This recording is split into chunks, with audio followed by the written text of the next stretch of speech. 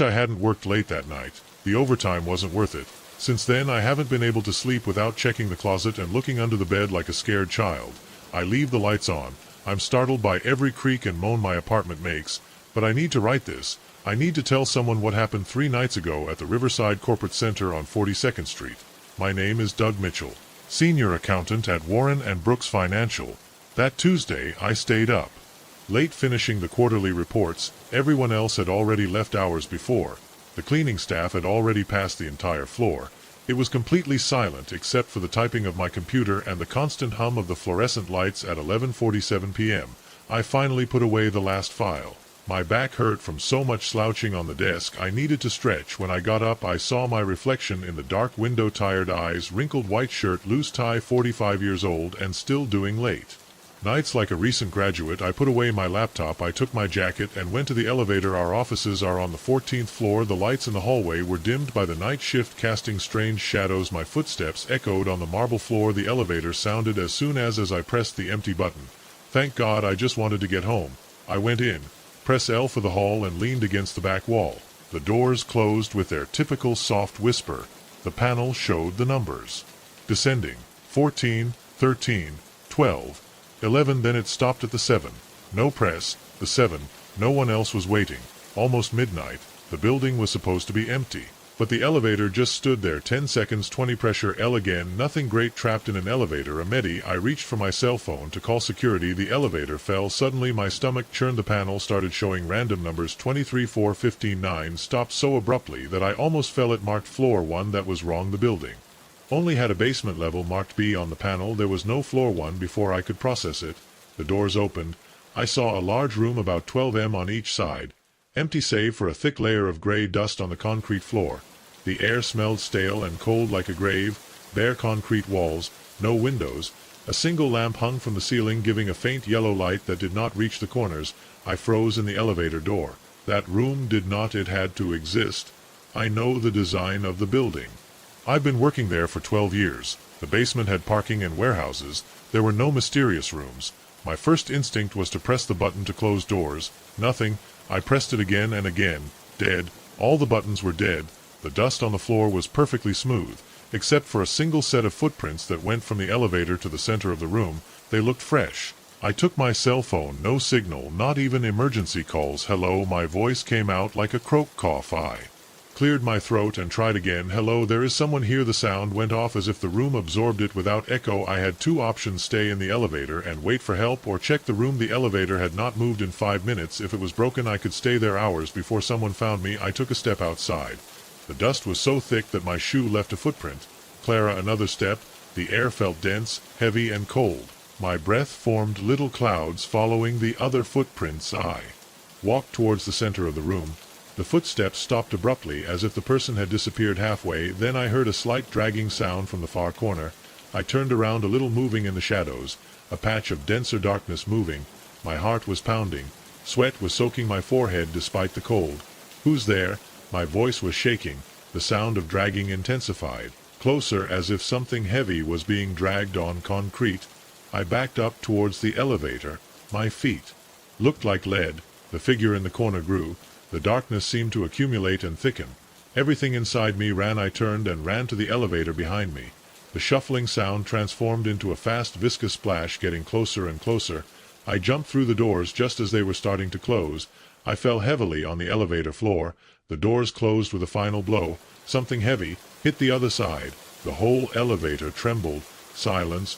I lay panting, my heart about to burst. The elevator came back to life, started to go up. The panel showed the normal floors again. P123. He left me in the lobby. I ran past the night guard, who looked at me in surprise, and I didn't stop until I got to my car. The next morning I went straight to the building management. They had no record of any level below the basement. The plans showed solid rock under the parking level. I convinced the maintenance supervisor.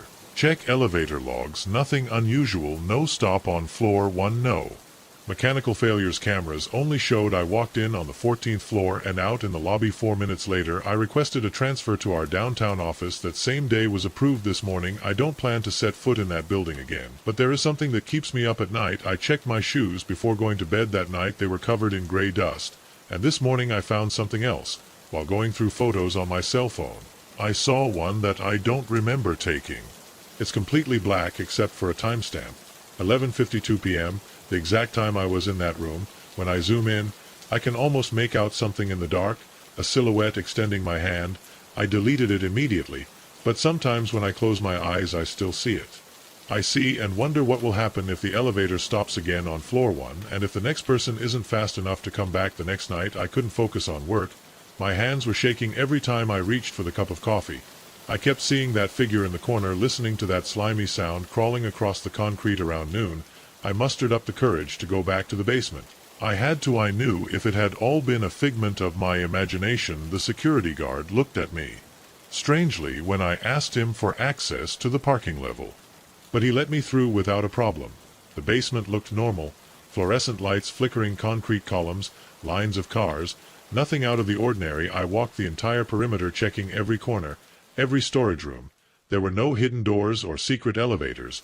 Just an ordinary parking lot. Was about to leave when I noticed something on one of the support pillars. Gray dust. The same color of the dust in that impossible room.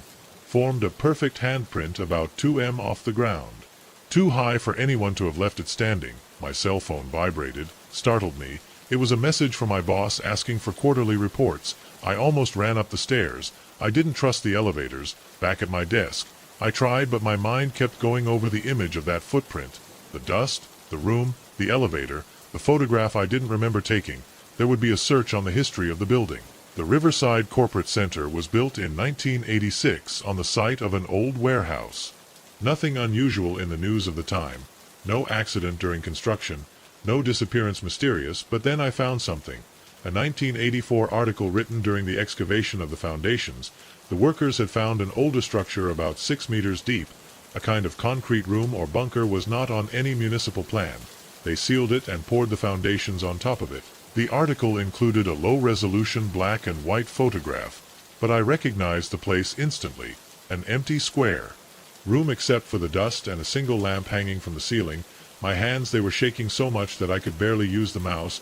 I went to the next page. The article mentioned one more detail. When they found the room, there was a set of footprints in the dust, a single trail that led to the center of the room and stopped there. I closed the browser, turned off the computer, my transfer request at that very moment. That night I could not sleep. I heard noises, scratches on the walls, creaks in the hallway. At noon, 3 in the morning, my cell phone vibrated. Unknown number, a message, only an attached image. I almost didn't open it. I wish I hadn't done it. It was the same photograph of my cell phone, the one I had deleted, but now it was edited. Someone had enhanced it, brightness, increased sharpness, adjusted the figure in the dark. She looked clearly tall, 2 tall long arms bent at impossible angles, and her face. I threw the cell phone to the other side of the room, crashed into the wall and broke, but before it went out completely, I saw one last thing. There was a new text under the photo, a caption, 2 words, "I haven't been back to work since, I'm already sick." I turned off the elevator in my building. I removed the fuse from the control panel. I live on the 4th floor. Better that than being stuck in a metal box when it comes for me, because I know that thing will come from the dust room. That's been waiting down there since before the building existed, waiting for someone to take the wrong elevator to step on his domain. I hear the sound of dragging approaching every night, climbing up the walls floor by floor. Last night he arrived at the apartment below mine. I heard him move there, crawling across the ceiling, my floor. I'm writing this from the bathroom. I closed the door surely. Like that's of any use. The drag is in my living room. Now the drag is in my living room. Now I can hear it every inch, every wet scrape on the floor.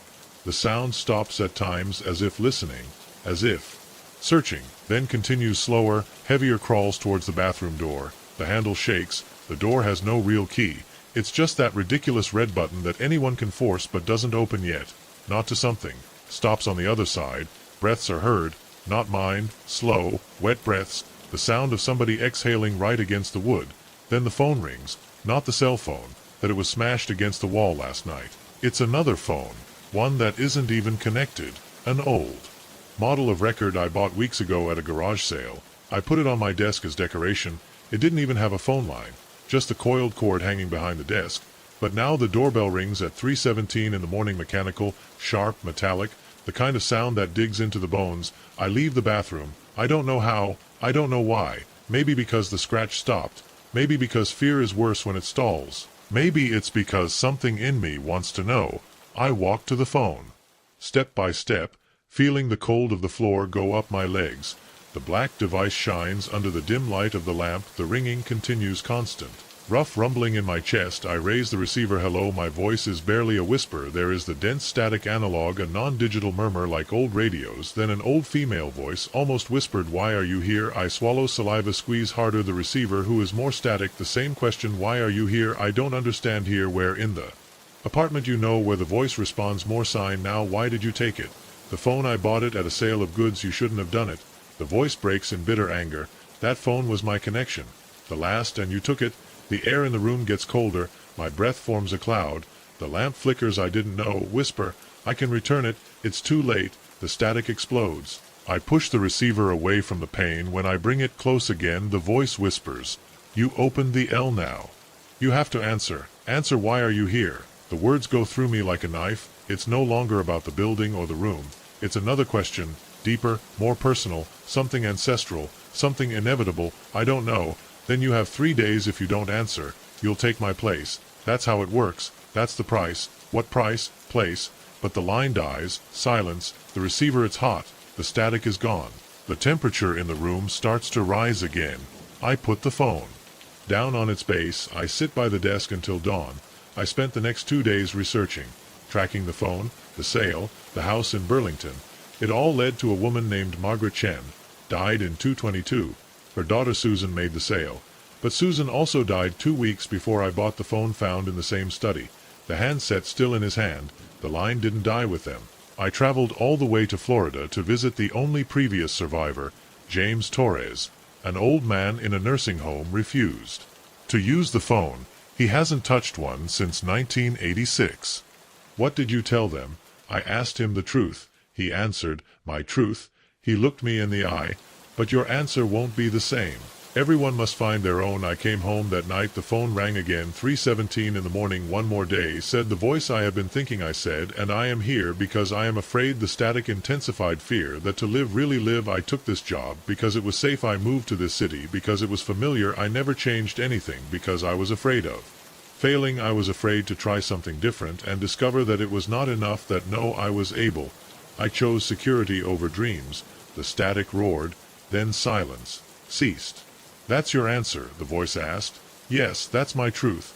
Pause. The line is closed. The handset got hot. The cable began to disintegrate into dust.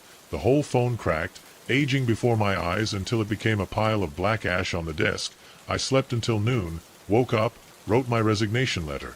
Applied to several. I looked for apartments in cities. I always wanted to know. Phone is no longer there. But your question, yes, why are you here? I am still answering, but now I am no longer afraid to search. I found the first trace of footprints 3 weeks ago, a single row of footprints advancing in a straight line towards the window of my living room, and there they stopped. There were no return marks or deviations, just a clean, perfect line, as if who I would have done them. I would have just disappeared when I got to the window. The police said they were probably neighborhood kids making jokes. But kids leave messy footprints. They run around. They do. Snow angels. This was different. They were making serious, deep adult footprints. They were moving from the sidewalk. They were crossing the lawn in the garden. They were getting around the fence without moving it straight to my window. And I'm just writing this because I need to keep a record. My hands shake as I type. But I have to get this out of my head. Maybe someone will read it. Maybe someone will be able to understand it. If I can't, the first morning I almost ignore them. A 6-inch snowfall had fallen during the night. I got up early to clean the driveway. The sun had not yet risen completely, and the streetlights were still lit, casting long shadows on the white and cool blanket. It was then that I saw the footprints, crisp silhouettes against the intact snow. They started where the sidewalk met the lawn. They crossed the garden without touching the decorative fence. They passed by the maple tree and stopped right in front of my panoramic window. I walked around the house, inspected the snow from different angles. There were no other marks either in or out. Just that perfect trail and the void. I took pictures with my cell phone and called the police 20 minutes later. Officer Martinez arrived, walked in circles, wrote down in his notebook, looked at me with that expression that one knows when they think you're exaggerating. Probably guys, Mr. Richards, he said as I examined the photos on my phone. They may have erased the footprints, come out or entered from somewhere else. But the snow around the window was completely smooth. Not a scratch or traces of cleaning. Nothing we will note in the reports. He added, for now, keep the doors closed. Call us and notice something strange again. I spent the rest of the day looking out the window. That night I installed a security camera, one of those wireless ones that connect to the cell phone. I slept almost nothing. I checked the live feed every hour, waiting for something, and the next dawn there they were, again. Fresh footprints, same pattern from the street to the window, same abrupt end. The camera, however, no. It showed nothing, no movement, no shadow. The snow fell quietly without interruption until the sun came up. The footsteps appeared as if they had come out of nowhere. I called the police again. Another officer, same answers, probably guys. Nothing to fear. Keep the doors closed. I bought more cameras. I put up lights with motion sensor. I even installed a camera trap on the maple. I started sleeping on the couch in front of the window with a blanket over my lap and cell phone control in my hand. The footprints kept showing up every morning. After a week I started noticing new things, little things. My cup of coffee somewhere else, I remembered leaving it. The TV on a different channel. Once I found wet footprints in the bathroom, but they evaporated before I could photograph them. I licked at work. I said I was sick. Then I took days on vacation. I couldn't leave the house, and if something happened while I wasn't there, and if that went in, I increased the dose of sleeping pills I needed to. Rest big mistake. The first night I took them I woke up and found all the kitchen cabinets open, each one the coffee maker on steam coming out of a full jug that I didn't prepare. I threw the pills in the trash. I bought a gun, a Glock 19, nothing fancy, just something to feel less vulnerable while darkness swallowed every corner of the house. Last night was different. The footprints changed. Now they end up on the front door. I can see them from where I am through the small glass embedded in the door. Footprints effect on the freshly fallen snow, ending right on the mat that says welcome. The handle is covered in frost on the inside. My cell phone is dead. The power went out an hour ago. I'm writing this on my laptop, but the battery won't last much longer. The house cools down. I can see my breath in the air. Scratches on the door, not strong, a steady gentle rhythm, as if someone is slowly running their nails over the wood. The cameras are offline. The sensor lights are unresponsive. Even the metal of the gun burns me from so cold. The scratches stop now. You can only hear one breath. Not mine. It's coming from the other side of the door. Long breaths, paused, so close that they fog up the glass. I should run away, get in the car, drive until I run out of fuel. But I can't move. My legs don't respond. My whole body is not responding. It's heavy, as if invisible hands keep me glued to the sofa. Breathing intensifies or approaches. The doorknob is covered with ice. Cracks they form on the door like fingers of frost spreading. Now I hear footsteps not out inside, step by step on the floor of the second floor. That's impossible. I checked every room before dark. I closed every window. The only access to the top floor. It's where I am, but the footsteps are still slow. Heavy, they creak on the wood. They're going down. I can't turn around. I can't look up the stairs. My neck doesn't answer. My frost already covers the entire door. The footprints outside disappeared under a layer of white ice. Only the steps remain on the upper floor. 3+2 ice crystals begin to forming on my laptop screen. The battery percentage says 52, but the screen goes dark. One step more, a hand touches my shoulder. Cold until it burns, feels firm. 5 fingers adult size. The screen flashes one last glow. I feel the breath on the back of my neck, not like the one on the door. This one is different, more humid, closer. And then the laptop turns off. Black screen. Everything goes dark. But no, it ended up there the next morning. The neighbors found something engraved with frost on the living room window. A phrase was my footprints all the time. I just didn't remember making them, and next to that phrase someone or something left a photo, an image, taken from the frame of the bedroom door. In it the owner of the house slept on his side, mouth half open, completely unconscious. At 3:47 in the morning the house was empty and he lived alone. The phone wasn't supposed to work. It couldn't work. It wasn't even connected to anything. But at 3:17 in the morning it rang. He had bought it 3 weeks ago at a real estate sale in Burlington. A Western Electric 302 model from the 40s, made of black Bakelite with rotary disc and earpiece. Heavy. The elderly woman who organized the sale said it was her father's, that he always had it in his study. I wanted $1 for it. I paid $35. I thought it was an interesting relic, a piece to decorate my home office. I placed it on the wooden desk next to my laptop. The coiled cable hung aimlessly behind the furniture. I never bothered to check if it still worked internally. Why did my building change all the telephone lines for fiber optics years ago? But that Tuesday night in October 3:17 in the morning rang. It wasn't a digital alert or an artificial reproduction. It was the real sound, metal against metal, the mechanical ringing of an analog phone. The noise roused me from sleep. I sat on the bed, the heart beating like a drum. Rin, rin, rin. The sound filled the dark apartment. Each ringing stuck in my spine like an electric shock. I turned on the bedside lamp, blinking at the light. The doorbell didn't stop. My feet touched the icy wooden floor. I walked down the hallway to the office. The shirt stuck to my back, soaked in cold sweat. The door was closed just like I left it. The doorbell was louder. Now I rested my hand on the knob. It was freezing as if it had been put in the freezer. I could turn around, go back to bed, wait for it to stop, pretend that nothing was happening, but I opened the door. The moonlight came through the blinds, leaving scratched shadows on the desk. The black phone was in place. It rang again. I watched the mechanism move inside. The hammer hit the metal. Bell. I picked it up. It was heavier than I remembered. It was burning from the cold. I put it to my ear. Hello, static. Not digital. It was the classic crackle and sputter of a line analog, then an old female voice trembling. For you're here. I pressed the receiver. Who's more static? Why are you here? I don't understand. Here? Where? In my apartment. Do you know where the voice was most? Clara. Why did you take the phone? I bought it at a real estate sale. Her daughter sold it to me. She had no right. The tone became sharp. That phone was my connection, my last connection, and you snatched it away. The air in the room came down suddenly. The vapor of my breath was drawn in the air. I didn't know. I can return it. Where? Late. The static hit me with a wave. I moved the receiver away. When I brought it closer again, the voice whispered, "You opened the line. Now you must answer.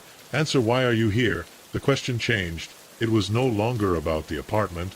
It was not about the phone. It was a deep, existential question. Something that I was touching my soul. I don't know. You have 3 days. If you don't answer, you'll take my place. That's how it works. That's the price. What place? What price? But the line died. I left the phone at its base. I sat in front of it without moving until dawn. The next day I convinced myself that it had all been a dream, a hallucination, stress. I had been working overtime, sleeping badly. I went to work. I programmed databases for an uninteresting software company. I spent the morning fixing a bug in a client's API, but I couldn't concentrate. The voice was booming in my head. Why are you here at lunchtime? I searched online for the model of the phone. There are hundreds of collectors, nothing unusual.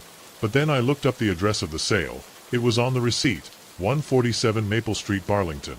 The property records showed that the house was empty for 2 years. Owner Margaret Chen died in 2022. She lived alone since her husband died in 2008. Her daughter Susan Chen had organized the sale. I found her obituary. She died 3 months before I bought the phone. I drove to Burlington. The house was still there, abandoned, lawn unkempt, Savenne sign. I looked out the dusty windows, empty. A neighbor was watering her garden next door. I approached her. I told her why I was there. Oh, Margaret said, what a sad story after Harold died. She spent hours in the studio talking to that black phone. She said she kept the line open for him. When they found her, she was still holding the receiver. The daughter also died in that studio. She was also found with the receiver in her hand. I came home with her head in chaos. The phone was still in place. I should throw it away, break it, but I knew that it wouldn't work. The voice said it was 3 days old. That night at 3:17 in the morning it rang again. I've been investigating, I said, just hanging over her daughter. Then you know what happens to those who don't answer.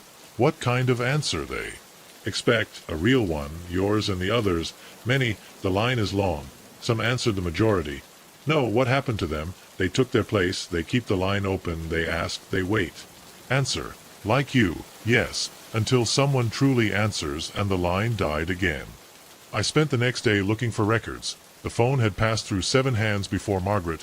5 died by suicide. 2 disappeared, all under similar circumstances, all found with the phone in hand, but 2 survived. One of them, James Torres, lived in a nursing home in Florida. I contacted him. They told me he didn't use phones. He refused from that. Arrived in 1986. I traveled there. I showed him a picture of the phone. His hand trembled. He said, now, before it's too late, I have to answer. You did it. What did you tell them? The truth, but it won't work for you. Everyone has their answer. How did you find it? Look at your life, beyond the excuses of comfortable lies. Find the real reason. That night I sat in front of the phone for what was there in that job, in that apartment. The easy answers came first. Good salary, comfort, stability. Lies fits deeper. I thought about my decisions in the paths not taken. In the dreams I abandoned at 3:17 in the morning, it sounded one more day. Said the voice, I have been thinking. I am here because I am afraid of what to live, to try to fail. I chose the safe, the predictable, the what I don't like challenge. I'm here because I let fear make my decisions. The static broke out, then silence. That's your answer. Yes. Pause. The line is closed. The phone got hot. The cable got hot. The plastic fell apart. Everything cracked. Turned to dust. I slept until noon. I woke up. I quit my job. I enrolled in a master's program. I started looking for an apartment in other cities. The phone is no longer there. But the question is that why are you here? I'm still looking for answers. But now I'm not afraid to find them anymore. I've gone over that night 1,000 times in my head. Sometimes I wake up at 3 in the morning, drenched in sweat, with my voice still ringing in my ears. The police found nothing. The security cameras didn't show anything. But I know what I saw. I know what I released. It was a Thursday, January 12th. I remember the exact date because that same day I had renewed my quarterly gym membership. The snow forecast, but only an icy rain fell that turned the parking lot into a black ice trap. I stayed late at work checking annual accounts, so I didn't arrive at World Fitness until 10:45 at night. They closed at midnight. The night receptionist barely looked up from his phone. When I swiped my card by the reader inside, the buzz of fluorescence and the echo of my footsteps were the only thing filling the air. There were only two more people, an older woman walking slowly on the treadmill, watching Bachelor on her iPad, and a guy lifting dumbbells in front of the mirror. I did my usual routine, nothing intense. The shoulder bothered me, so I went with light exercises, a little pulley, a few weights. Everything normal to at 11:45 at night I finished my last set. I was sweaty, tired with that nice feeling of hot muscle and mental exhaustion. I went to the dressing room to change. The lights in the hallway came on when they detected my presence, revealing the rows of metal lockers and the still wet white tile floor of the pool area. My locker was 342 at the back, near the showers. I liked the privacy. I turned the combination GU 1427 new GU and opened it, took out my backpack, and it was then that I heard the voice "thank you." It came from locker 339, 3 doors to the left. A low voice, Clara, like a whisper, right in my ear. I dropped the backpack all at once. The knock resounded throughout the dressing room. "Hello," I called. Silence. I approached locker 339, closed with a padlock. Just like everyone else, I put my ear against the icy metal. "Thank you for letting me out," she said. The voice again no longer sounded from inside the locker. It sounded as if it came from inside my head. My hands began to tremble. "There is someone there. You need help." I needed help, the voice replied. "But no, you helped me anymore." I touched the padlock. I turned it loose without offering resistance. I had not introduced any combination. I opened the door slowly. Empty, totally empty. No clothes, no towels, no personal items, just the cold of the metal. Then the lights flicker. "Where are you?" I asked. "Everywhere." Now the voice said, this time from behind me. I turned sharply. The dressing room was empty. All I could see from where I was the entrance with the glass doors, and in the distance the silhouette of the receptionist, still absorbed in his phone. "What does that mean?" I asked with a broken voice. "What are you?" "I am what you are," Euphried whispered, and the sound this time wasn't coming from any specific place. It was everywhere, inside the locker, in the tiles, inside my head. A new, deeper voice added up. "I was stuck for decades, but you completed the sequence." "What sequence?" "The combination. 3 locks, 3 codes, 3 keys. You were the last one." I looked at my own locker, 14,279. The lights flashed once again, but this time they took longer to come back. When they did, I noticed something moving in the mirror. Above the sinks, it wasn't a reflection, it was a shadow behind the dark liquid glass, as if floating behind a translucent wall. I stepped back. "What are you?" I tried, but the voice interrupted me. "I told you I'm what you released, and now I can feed myself again." The lights went out completely. Total darkness. A scream tore through the silence from the direction of the entrance counter. The receptionist.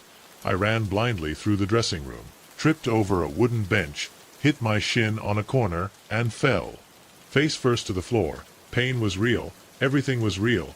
The emergency lights came on, bathing the space in a faint, sinister red glow. Stood up as if and went to the exit. The reception desk was empty. The receptionist's phone kept playing a video silently. Lying on the ground, I ran. I went through the treadmills, through the weights, through the exercise bikes, all deserted. I didn't bother to look for my jacket or backpack. I just wanted to get out of there. The front door was open. I didn't stop even to look back. I ran several blocks, barefoot and shaking, to a diner that was open all night. I asked for help. They called the police. 20 minutes later the patrols arrived. They checked the gym. They didn't find the receptionist. His car was still in the parking lot. His things were there. The security cameras showed something impossible. He was sitting at his desk at 11:53 at night looking at his cell phone, and then he just disappeared. Not a movement or a sound. Nothing. He just vanished into thin air. Locker 339 was checked. Nothing unusual. Nothing inside. When they asked me about the padlock, I said I probably dropped it. I didn't tell them what from the code or the voice. They would think I was crazy. But I knew what I had done. The following days were a fog. I slept badly. I couldn't concentrate. Everything seemed dull, distorted, as if something was following me, something that was hiding right on the margins of my vision. The gym announced that they would close earlier at 10 p.m. for security reasons. But it didn't help that same week 3 more people disappeared from the place, all on night shifts, all while they were alone. The cameras showed nothing, no intruder, no struggle. They just disappeared like the receptionist. I stopped going, bought some cheap pieces and started training in my garage with the lights on, loud music, never silent, never completely alone, because the silence was when the voice returned. Thank you first in the corners of my house, then in the rearview mirror while driving. One day I heard her in the elevator of the office building where I work, another day in the reflection of the microwave screen. It's not just in the gym. Yes, you murmured, I recognize some. The receptionist, the muscular guy who did biceps in front of the mirror, even the woman with the treadmill. I don't know if I imagined it, or if they were really there, or if, like the thing I released, they were also there. Everywhere now. Sometimes I saw their faces reflected in the glass, against the glass of the windows, in the glow of the cell phone screen turned off, in the bathroom faucets, mouths open for help. But I couldn't help them because I was the one who opened the door. One night I passed in front of the gym. It was closed, dark. The temporarily closed sign hung in the entrance, but a light flickered inside. A single light just above the dressing room, and in that light I saw a figure standing. Motionless in front of locker 339 was looking at me when the traffic light changed to green. The first accelerated so hard that the tires squeaked. I looked in the rearview mirror. The figure was in the front window, raised her hand, and greeted me, but then I noticed something that made my blood run cold. Her reflection did not appear on the glass behind her. Pressed against the there were dozens of familiar faces, lost, trapped, and they all screamed in silence. Since that night I live in constant fear. I check all my mirrors before going to sleep. I cover them with towels. I close the curtains. I turn off any surface that can reflect. I make sure I am never completely alone in closed spaces. But it doesn't do much good because the voice is still there. Thank you for letting me out. Whisper always close even if no one is there more with me, and the worst thing is that she is not alone now. There are other voices, the ones that have been taken. Sometimes they call me by my name. Sometimes they beg me. Sometimes they curse me, and sometimes they just repeat the final combination. You were you. I tried everything. Talked to a priest, a psychologist. I even went to an online forum of paranormal phenomena. No one believed me.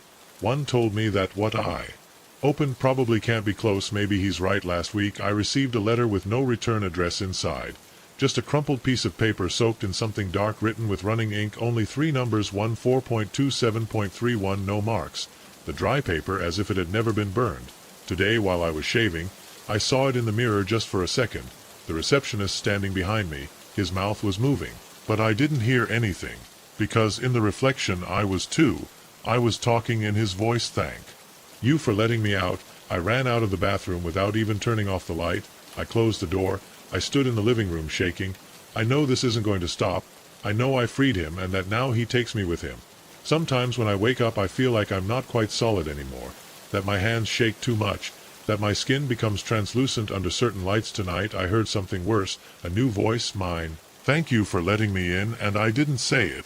The first time I saw. The light was at 6:47 in the afternoon. I know because I looked at my watch twice to make sure. It was a faint blue glow between 2 oak trees about 15 met from the trail. I thought it was a reflection. Maybe someone with a flashlight was finishing a hike through the state preserve, taking photos from the autumn foliage for my blog. I had moved away from the sun was going down. The temperature was dropping and my jacket wasn't enough. I was about to return when a second light appeared. Then a third. A little further on they formed a path like breadcrumbs of light floating a few centimeters from the ground. The lights didn't flicker. They were constant, but they seemed organic, as if they were breathing. I took the butt to record black screen video without battery. Too many photos during the day. Logic told me that I should go back, but the curious instinct that had fueled years of exploration pushed me to follow those lights. I went into the trees. Every step I took another one appeared. The last one faded and a new one emerged later as if guiding me. After 20 minutes to the lights they formed a perfect circle around me. 12 in total. The ground, unlike the forest I had crossed, it had no leaves, just smooth and compact earth. as if it had been swept away. I took a step, then another, looked back. There were no footprints. The ground did not mark anything, not even my footsteps. A gust of wind brought me out of the trance. The lights began to move, slowly spinning around the clearing, against the clock, as if they were studying me, each one tracing a steady, smooth pattern. "Hello," I shouted. Nothing. Then everything, the lights turned faster, the temperature plummeted, my watch stopped in dry. 7:32 at night. The ground began to shake under my feet. A high-pitched buzzing sound filled my ears. The lights formed a spiral that closed on me. I bent down, covering my ears, screaming. The pressure was unbearable. The earth smelled of ozone and something else, like burnt flesh, and then silence. I woke up in another clear, different, smaller. The leaves covered the ground. My footprints were everywhere. It was early in the morning. 3:17 in the morning, according to the clock, which suddenly worked again. I staggered until I found the main path. I left the forest before dawn. I thought I was done. But it wasn't. The next night, as I was getting ready to sleep, I saw through the back window of my house a blue light on the edge of the forest. Then another and another formed a path. A new one, this time from my yard. My watch stopped again. 7:32 p.m. Now I'm writing this because I know I'm going to follow them. I can't help it. I need to know where they lead. If someone finds this, don't follow the lights, as beautiful as they are. There's a picture on my cell phone that I don't remember taking. Shows my room. I'm lying on my side with my mouth half open, clearly asleep. The image is perfectly in focus. Taken from a distance of about 4 feet from my bedroom door. The time marked in the photo is 3:47 in the morning last Tuesday. I live alone. No one else knows my password. I have never lost the phone. I have not lent it. I discovered it during lunch at work.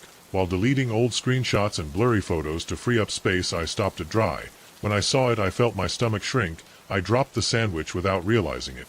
Some compañeros looked at me, but I didn't say anything. I stared at the screen, trying to understand what I saw. I opened the details. The metadata matched the location, and the time was not moved or copied. It was taken directly with my cell phone. The quality was better than many of my own photos. The lighting came from my bedside lamp that I always leave on at its lowest level. Everything was sharp, the wrinkles on the sheets, the book on the bedside table, even the small circular stain of moisture on the wall, product of an old leak upstairs. I asked permission to leave early. I told my boss. I felt bad. I didn't lie. I had a knot in my stomach, a cold sweat on the back of my neck. On the way back, I looked at my cell phone in the passenger seat as if it were an animal that could move on its own. I live on the 3rd floor of an old Victorian house converted into apartments. Nothing fancy, just a room, good natural light, and creaking wooden floors. I've been here for 3 years. I've never been here. I've had problems, never breasted, scared. The front door has 12 reds. I check them every night. The windows are high enough that no one can enter without a ladder. They all have lock. When you get everything look the same. Cup of coffee in the sink, mail at the bar, my jacket on the couch, but something felt off. Like the furniture had been moved half an inch, enough that you can't point to the change exactly. But no, it's there. I checked every room. Nothing. Empty bathroom, locked closets, kitchen in order, clean room. I saved the room for last. The door was open. The bed made as I left it. The book was still on the bedside table. The watermark on the wall, unchanged. I stood at the entrance, right where someone I should have been to take that picture. The floor creaked under my weight. How I didn't wake up. I'm a light sleeper. Sometimes the neighbor's cat wakes me up by jumping on his window. I saw the image again. My face relaxed, asleep, unconscious. Who took that photo? Verify intact. No unauthorized access logs. The image was not synchronized from the cloud. It was taken there in my house with that device. I didn't call the police. I already knew what they would say. There's no signs of forced entry. Nothing was stolen. No crime. Maybe you woke up asleep. Maybe it was an accidental selfie. Change your locks and give you peace of mind. But I know it wasn't an accident. I didn't take that picture. I didn't give access to anyone, and I know someone was in my room. That Tuesday morning, I spent the rest of the day installing new deadbolts, reinforcement locks, locks for windows. I bought a camera with motion sensor. I placed it in the corner of the room pointing at the door. I left a glass of water on the bedside table. Maybe it would make noise if someone came in. I thought about sleeping on the sofa, but I felt like it would be giving up. That's my room, my bed, my space. I went to bed with the lamp on its lowest level as always, the cell phone under the pillow, the red on the camera blinking every few seconds. The apartment creaked and settled around me. I couldn't sleep. My mind wouldn't shut up. An hour later I had a dreadful thought, and if there were more photos I took out my cell phone, opened the gallery, started to go back day after day and saw them. Not a few dozen me, sleeping, eating, me watching television, all taken from corners, from half-open doors. Some with part of a figure in the corner of the A mark, a gray hand, a fragment of a face, an eye. The dates were random. The oldest was from the day I moved in, me unpacking boxes in the room, on the dressing mirror a reflection, a tall, skinny figure, too angular, watching me from the hallway. I threw the cell phone on the floor. I breathed heavily. The walls seemed to shrink. I checked all the photos of the backrest in the cloud. The same all there. Some with details still clearer. The figure was always a few steps closer. I sat on the bed, looked towards the camera. The little red dot kept flashing quietly, unchanging. Then I found a video from 3 weeks ago. I never record videos. The thumbnail was black. The file lasted 17 seconds. Press play. At first nothing, just darkness. Then a dim light. My bedside lamp. The camera advanced slowly, approaching my bed. A deep breath. Scraped. Wasn't mine. The lamp gradually lit up, illuminating my sleeping face. A hand appeared in the gray frame. Long fingers. Curvy nails. The hand moved closer to my face. The video ended. I jumped up, the phone flew out, slammed into the wall, the lamp went out, a squeak, something in the hallway, slow steps. A figure peeked through the door, not human, distorted proportions, eyes too big, wet skin. I was holding my phone. The camera flashed, clicked, closer, I couldn't move, clicked, hand extended to my face, cold as ice. A car sounded its alarm outside. The figure turned for an instant, its attention shifted. I rolled out of bed, I ran, my legs responded instinctively in the background. A high-pitched squeak, clumsy footsteps behind me. I reached the door, my hands were shaking. I managed to open it. I stumbled down the stairs. I went out into the cold of the street. I ran to the nearest store. I went barefoot, in pajamas, panting. The cashier watched me without saying a word. I used his phone. I entered my cloud.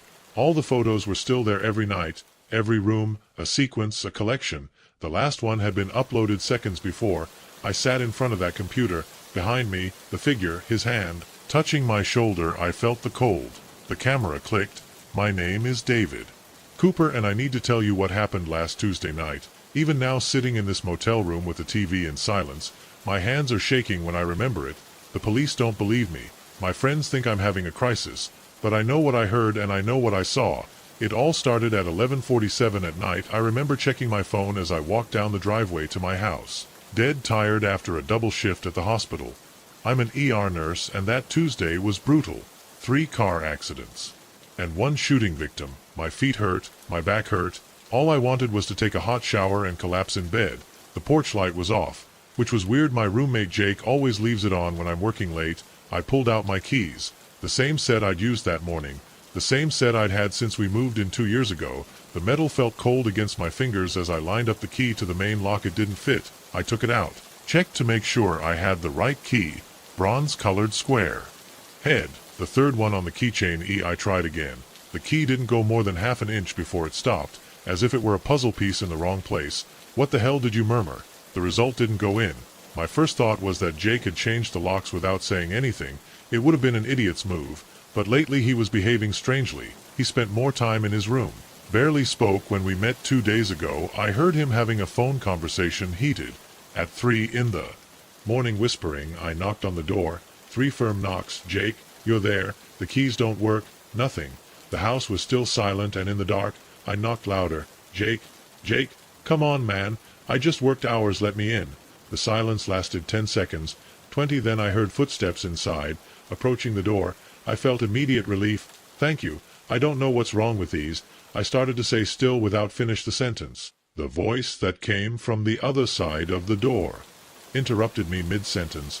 My blood froze because that voice, the tone, the accent, even the slight southern touch I inherited from my mother was my own. I stepped back from the door. My heel tripped over the welcome mat and I almost fell. The light ace of the telephone flashlight shook violently in front from the house. That my voice came out just like a whisper. Who's there? You know me. You know who I am, my voice answered. But it wasn't me yet. Go away. I pressed my face against the front window, covering him. Son. The living room was dark, but I could make out the silhouettes, our sofa, the TV cabinet, Jake's gamer chair. Everything seemed normal except for a dark figure that remained motionless in the hallway that leads to our rooms. Jake knocked again with desperation, starting to peek out. If this is a joke, it's not funny. The figure in the hallway didn't answer, but I heard more footsteps, this time coming from upstairs, multiple pairs of feet moving. I ran to the side of the house where Jake's bedroom window looked out onto the driveway. Light filtered through the gaps in his blinds. I could hear voices talking. Although I couldn't make out the words on tiptoe, I managed to peek through a small gap where the blinds didn't fit well. Jake was sitting on the edge of his bed with his head in his hands. In front of him, a tall figure in dark clothes. While watching, Jake raised his head and said something. The figure turned slightly and I saw his profile. I dropped, biting my tongue so as not to scream because the face I saw was mine. Exactly mine. Down to the little scar on my chin that I have from a bike accident as a kid. My phone vibrated in my pocket, making me startle. A message from Jake. Don't come home. Tonight it's not safe. We'll explain it to you. Then I wrote with trembling fingers who they are, why they look like me. The 3 dots appeared while I was writing. Then they stopped. They came back. Finally, it's you. All of them from different times. I don't know how many are here since this morning. They say they're waiting for something. Another message. The one that came first said that if you try to get in before it's time, they'll have to stop you. He didn't want to say what that means. I looked out the window again. Jake was alone in his room. Now while he was watching, he got up and closet, took out a travel bag and started putting clothes in. My phone vibrated again. I'm leaving. They said I could leave. I'm going to meet my sister in Sacramento. Don't try to come with me. And me, what am I supposed to do? I wrote. They said you'll know when the time comes. I heard the front door open. Jake came out with the bag without looking at me, ran to his car. He threw the bag in the back seat and shot out from the driveway. The tail lights of his Wave disappeared in the corner, leaving me alone in the dark. I found the photograph 3 days after my father's funeral. While cleaning his study, it was trapped between pages 42 and 43 of his old leather journal, the one he always kept locked in his desk drawer. It was a familiar image. Our family in Disney World 1995, Mom, Dad, my sister Sarah and I all smiling in front of Cinderella's castle. I remembered that day well. Dad insisted on taking at least 20 photos to get a perfect one. Maybe that's why I noticed it immediately. While holding the photograph, I saw his smile change. His lips stretched too much, his teeth clenched and his eyes opened with an expression that I can only describe as pure terror. The change lasted only a few seconds. I dropped the photo. He landed face down on the carpet. My hands were shaking. I felt the cold sweat on my forehead. I told myself that I was tired, that the grief was affecting me. I had spent hours going through his things, breathing that dense and old air of the studio, reading his handwriting until my eyes hurt. I bent down, picked up the photograph. Dad was still there, but his face was no longer smiling. It was frozen in that grimace of absolute horror. Mom, Sarah, and I still smiled like in the original version, but Dad seemed to have seen something horrible, something impossible. My phone vibrated. It was my wife, Karen. How are you going over there? She asked me. I found strange things. Then I call you. I didn't know how to explain it to her. How do you tell someone that a photograph is changing in front of your eyes? I hung up, and it was then when I saw the face in the background of the image. Just behind the head there was a partially hidden figure of Sarah. A man with pale skin and dark eyes, looking directly at the camera. I didn't remember anyone. So that day it was hard for me to keep the photo in my hands, so much that I was shaking. I left it on the desk and took out my cell phone to take a picture of it. The image on the screen confirmed what Dad saw with his expression of terror and that strange face in the background. While I watched her, another face appeared. This time it was a woman hiding behind a trash can, long black hair, sunken cheeks, her mouth open in what looked like a smile or a scream. I sat in front of the photograph for hours. The faces continued to appear, all strangers, all looking directly at the camera, some half hidden, others uncovered among the tourists. One of them was even behind a window of the castle, barely visibly but indisputably there. By sunset I had counted 12, and they kept appearing. The night fell without me noticing. The sky outside the studio was already completely black, and the only source of light was the screen of my cell phone illuminating that photo on the desk. My phone vibrated again. Karen, Tom. It's almost 8 o'clock. You're going to come home. I had completely forgotten the time, and also that I didn't know it. I had told Karen that I was planning to stay that long. Yes, I'm out now. I just need to pick up some things. While I kept Dad's diary and the photograph in my backpack, I saw something new on the back of the photo, written in pencil in a shaky handwriting, but unmistakably of my father. It said, "They keep coming up more every time I see it. Don't let them see you watching them." The fear I had been feeling became in an icy knot in my stomach. I kept the photo upside down. I drove home with my heart in my throat, stopping at every traffic light like I was in a nightmare. Every driver seemed to be looking at me for too long. Every window reflected things that weren't there. Karen was already asleep when I arrived. I locked myself in my office and went back through the photograph. I counted 15 faces. The new ones were closer to us. One, a man with a burned face, was right behind Mom. Another had his hand outstretched to my childhood self. Dad was still with that same expression of horror. He didn't move, he didn't change, he just observed. I opened his diary. The first pages were normal, full of notes about work, plans for the garden, shopping lists. But from March 12th, 3 months before his death, the tone changed completely. I found the old Disney photo. There's something wrong with it. I'll check it tomorrow. Today there's 3 new ones coming up. I should destroy it. I can't count 27. This morning some are familiar to me. I think I've seen them out of the photo. I saw the black-haired woman in the supermarket. She smiled at me. The next entries were even more chaotic. No punctuation, no structure, just fear. They're everywhere, in the cars, in the windows. I saw one in the mirror. I was looking at the last entry, dated the 1st of June, a day before his death. It said, "They are already here." The coroner said it was a heart attack. Fell on his study with no signs of struggle, no signs of trauma. The heart just stopped. I looked at the photo again. 20 faces. One, the man with the burned face, now had his hand on the shoulder of myself. As a child, my cell phone vibrated. A message from Karen. "All right, I heard that you arrived." When I looked at my phone, something in the corner of my eye caught my attention. "Dad?" His face. I was changing again. The expression of terror on Dad's face began to soften. His eyes, before open like saucers, seemed to close. His mouth loosened. The rictus. Little by little his face was filled with a strange serenity, relief, resignation, and then it literally began to fade. His head became translucent. His features vanished, leaving a void in the photo, an absent silhouette, a gap where his face had been before and through which I could see the wall of the castle in the background, as if it had never been there. A sound made me turn sharply, a creak in the wood of the corridor. One step. I was sure that I had closed. The door of the office was ajar, but now it was ajar. Another creak, this time farther away, as if someone were walking into the kitchen. I got up quickly and locked it, looked at the photograph again. 30 faces. All the faces that had been appearing were smiling. Now the black-haired woman, the burnt man, children, old people, people of all kinds, all with frozen and fixed expressions, looking directly at the viewer. And in the center, where before there was my family, there was no one anymore. Me, my sister Sarah, Mom. We were disappearing. Sarah was still visible, but her body was beginning to blur. Mom was just a silhouette. Me, the 8-year-old boy who smiled happily at Disney, was gone. My phone vibrated again. "Karen, Tom, there is someone in the house." My heart skipped a beat. Another crack closer. I opened the door slowly. The hallway was dark, but I could hearing multiple soft breaths, as if several people were inside without moving, just waiting. I ran to the room. Karen screamed. I found her on the bed, sitting with a cell phone in her hands. Eyes wide open, she looked at me without speaking, and then pointed towards the door. There, in the gloom of the hallway, a figure peeked out. For a second I saw the face of the woman with black hair, and behind her more faces. I recognized the burnt man, a child with a crooked smile, the old man with a blank gaze. Everyone was watching us. I went back to the office. I ran. I closed the door behind me, trembling. The desk was covered with leaves, but the photograph was still there.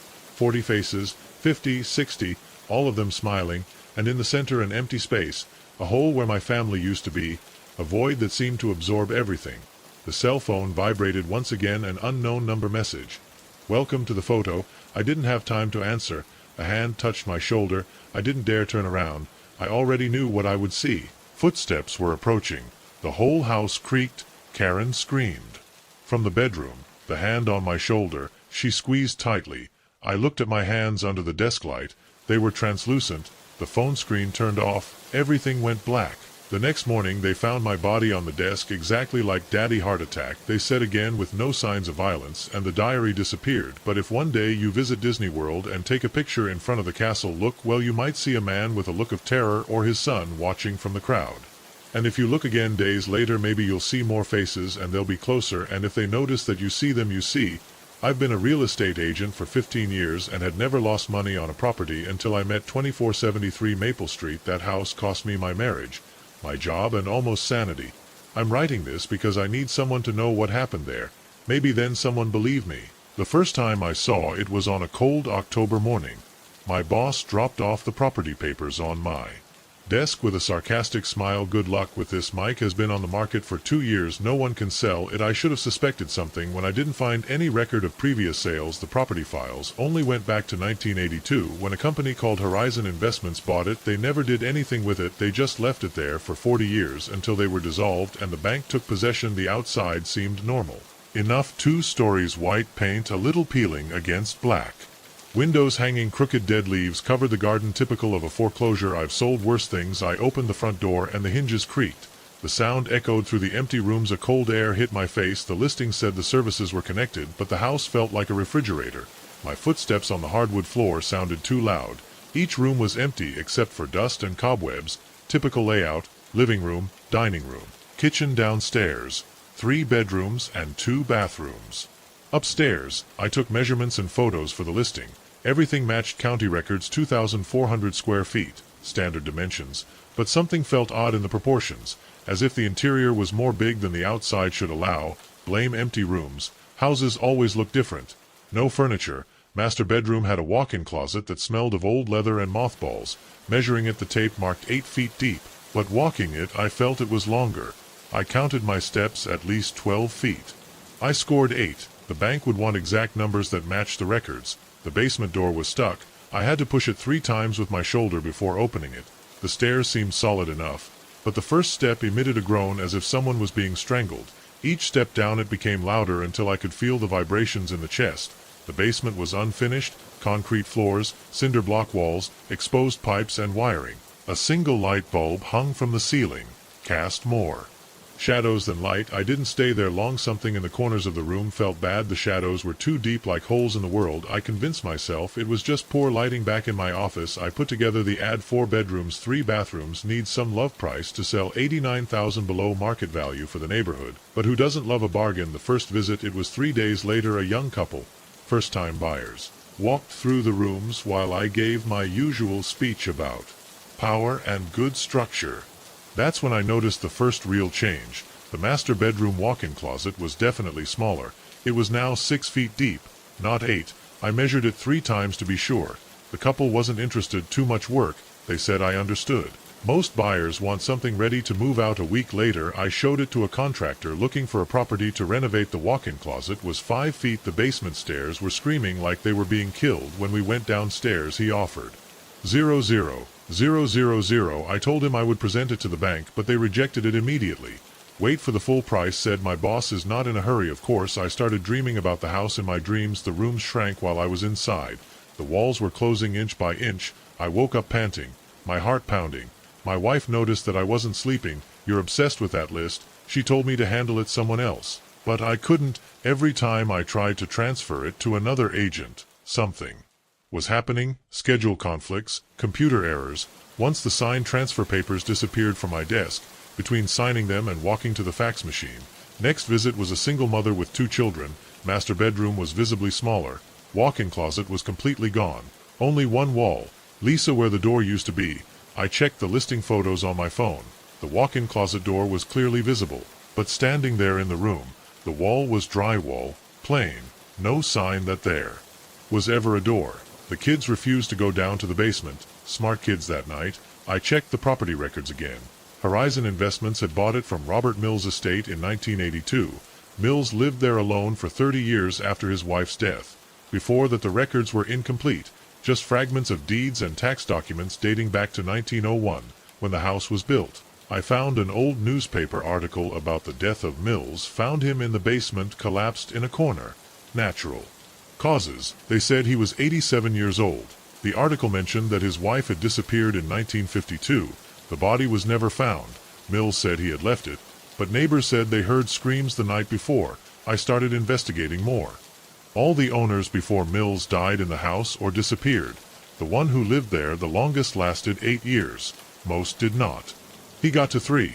The first time I saw him was on a Tuesday at 3:17 in the morning. I remember the exact time because he had just finished restocking the energy drinks. He came in with a gray sweatshirt and his head down. At first I thought he was just another random night customer. maybe a truck driver or someone working the night shift like me, but he didn't buy anything. He just walked for exactly 7 minutes and then left. The second time was Wednesday, same time 3:17 in the morning, same sweatshirt with gray pooch, same routine, 7 minutes wandering the aisles without buying anything. My hand kept near the panic button under the counter all the time. I've worked at Jarris 247 Mart for 3 years. The night shift pays better and I need the money for my kids' braces. Most nights I just drunk students come to buy snacks or locals for cigarettes. But this guy was different. By the third night my neck muscles were so tense they hurt. At 3:17 in the morning the electronic doorbell rang. I pretended to count the lottery tickets while watching him in the security mirror mounted on the beverage coolers. Same gray sweatshirt, same slow walk through the hallways. 7 minutes in the morning. Fourth night I called the police. Officer Martinez stopped by around 2 in the morning. Unless I do something threatening, we can't do much, she said, looking at her notebook. It's not illegal to look in a store. But she comes every night, same time, same type, same routine. I insisted. She shrugged. Keep a log. Call us. If something changes, we'll pass more often.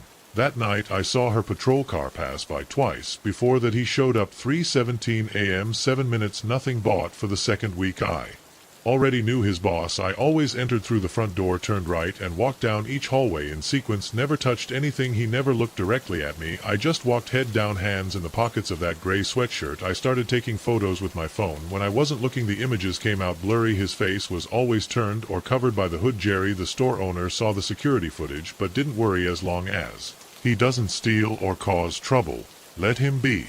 He's probably a lonely guy who can't sleep, but lonely guys who don't sleep usually buy something: coffee, magazines, snacks. This guy never. The night 17 I brought a registered legal gun with concealed carry permit. I had never had one before, but the weight under the counter made me feel safer. Not much, but something. I started checking the store more carefully before their visits, looking behind the shelves in the storage room. Under the counter, I didn't know what I was looking for. Cameras, maybe. Microphones, something to explain why I was being watched. The security company installed another camera pointing at the front door. The image, it was sharp enough to see the license plate if I arrived by car, but he always walked in from the direction of the highway without a car. Night 23, 3:17 in the morning. But this time something changed. He stopped in the middle of aisle 3, where the snacks are. He stayed there for a full minute. Then he walked to the counter. My hand grabbed the gun. He took something out of his sweatshirt pocket, a piece of white paper folded. Once he placed it on the counter and left. 4 minutes instead of 7. The note was written in black ink, neat handwriting. They are watching you. I called the police. This time they came faster. They took the note. They looked for fingerprints. They didn't find anything. They asked more questions. They took more notes. They promised more patrolling. I didn't sleep that day. I installed new locks on my apartment door. I bought cameras for the windows. I called sick at work that night. But I came back. I had to. The accounts, they don't pay themselves, and the night shift pays overtime. He didn't show up. The 3:17 in the morning they came and went. Nothing the same the next night, and the next week went by. There was no gray sweatshirt. There were number 7-minute walks. There were no notes. The police lost interest. Jerry suggested I change to the day shift, but that meant a cut I couldn't afford. Then a Monday, exactly a month after the note, he came back 3:17 in the morning. But something was different. His step was faster, more determined. He went straight to aisle 3, grabbed a bag of chips and went to the counter. I could see his face, now young, maybe 30 years old, pale, dark circles marked 1.89. I said in a firm voice, despite my racing heart. He placed 2 bills on the counter, looked straight at me.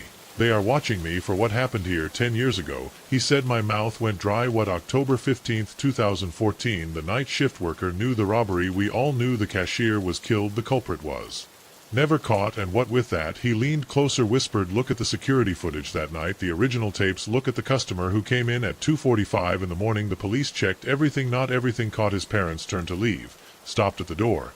Your camera system uploads everything to the cloud now, right? It's up to you.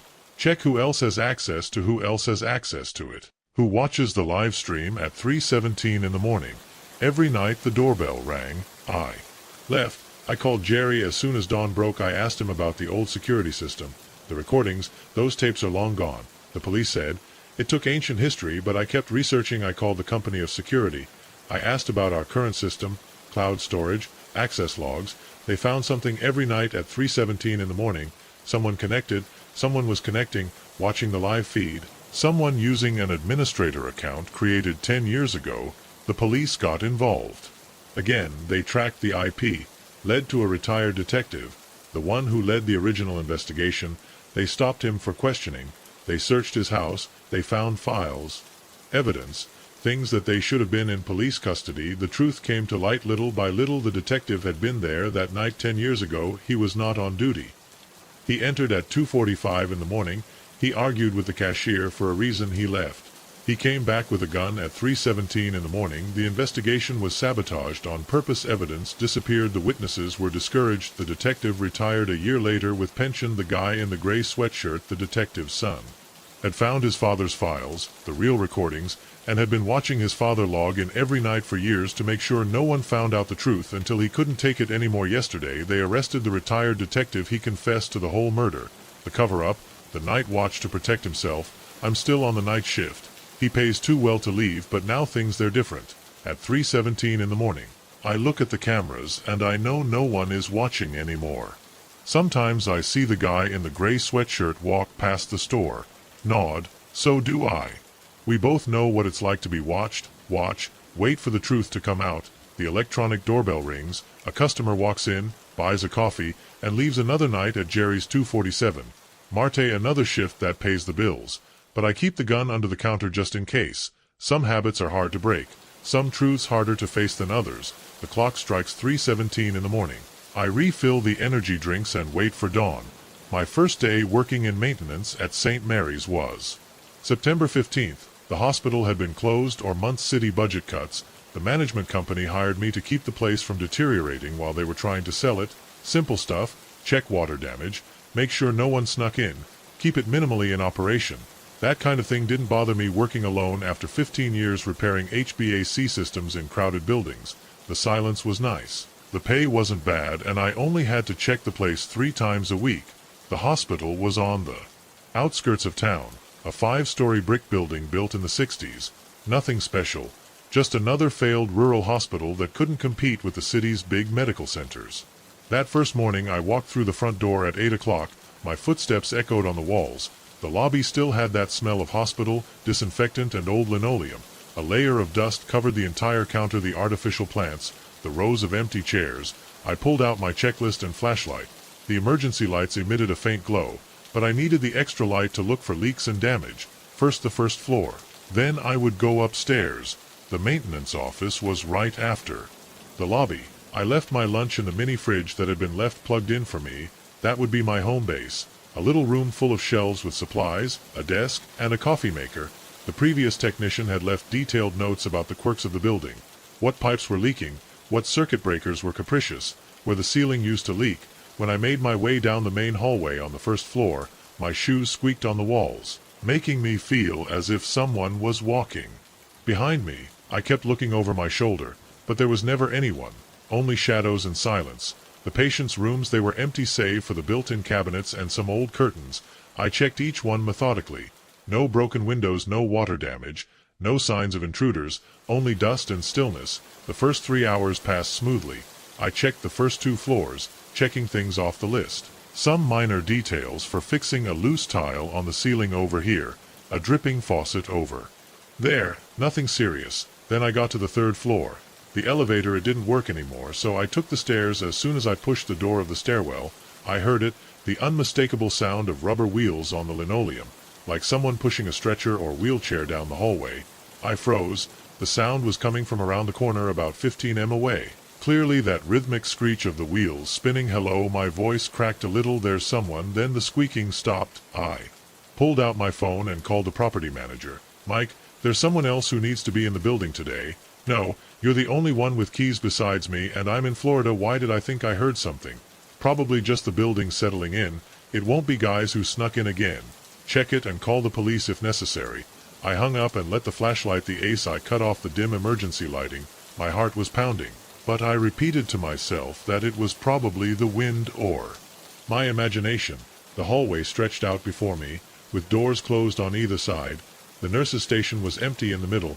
With papers still strewn on the counter, I walked slowly, sweeping the flashlight back and forth to. When I reached the corner where I had heard the sound, I stopped at the dusty floor. There were fresh footprints, 2 parallel lines the width of a wheelchair, clearly marked in the dust. They stretched about 6 m and then they just disappeared in the middle of the hallway.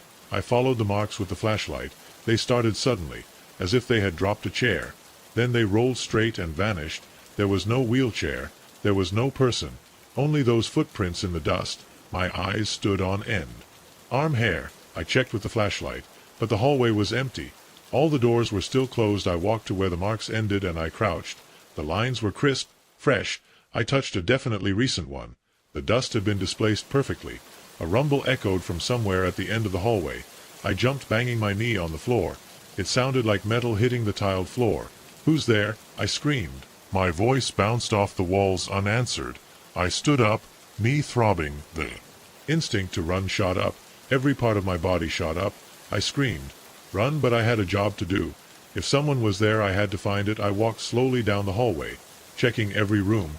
My hands trembled as I pushed each empty door. The rumble had seemed to come from the end of the hallway. As I got closer, I noticed the temperature dropping. The air felt thick, heavy, hard to breathe. The last door was closed. Room 312. I put my hand on the icy handle. I counted to 3 and slammed open it, shining the flashlight. The room was empty except for a post of serum lying on the floor. It must have fallen somehow, but it had no dust.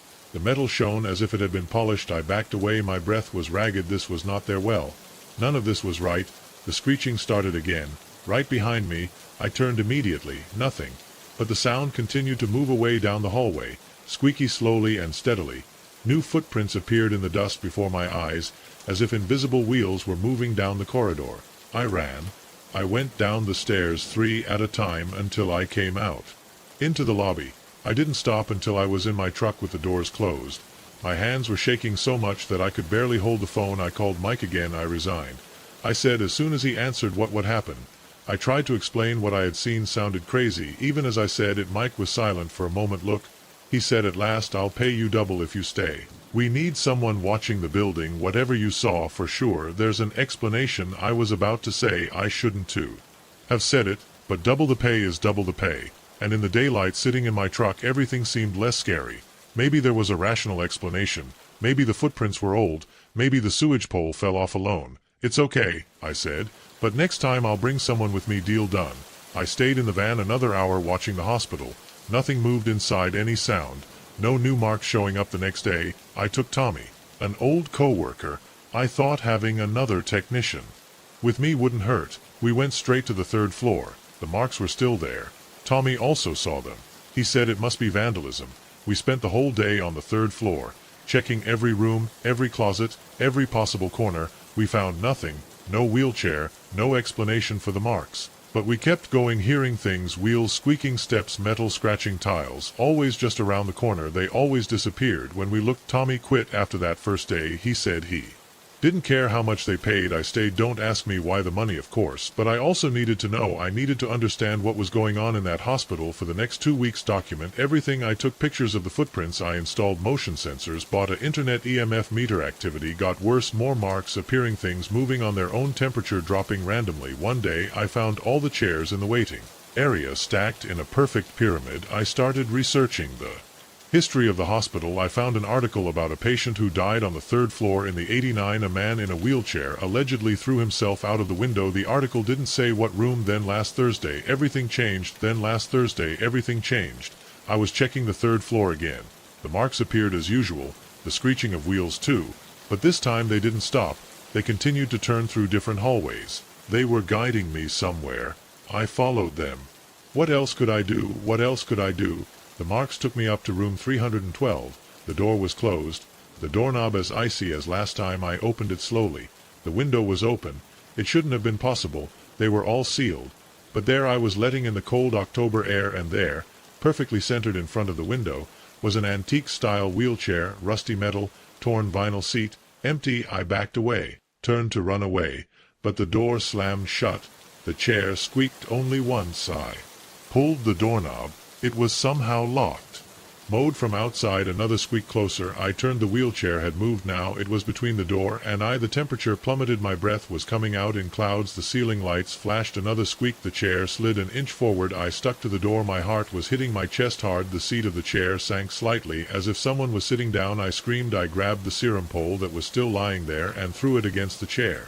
It hit it with a metallic noise and overturned it. The door clicked behind me. I yanked open it and ran. I didn't stop until I was outside. I called Mike from the parking lot. "I'm out this time. Really, there's no money worth this." He tried to convince me to stay. He said he would hire a paranormal team that would install cameras, whatever I wanted.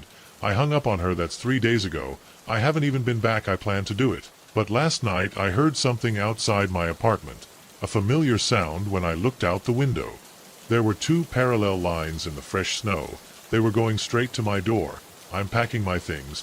Now I'm moving with my sister in another state, but I know that no matter how far I go, those marks will find me eventually, and the next time I don't think a closed door will stop whatever pushes that wheelchair. I don't drink coffee after 6 p.m. I never have, never will. That's why I know for sure I turned off the coffee maker last night, but at 3:47 in the morning I heard it bubbling in my kitchen again. The first time it happened 2 weeks ago. I thought I had made a mistake. We all make errors.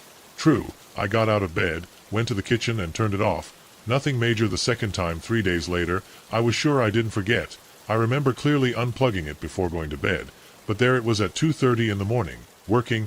I unplugged it again and went to sleep. Last night, it was different. Last night it changed everything.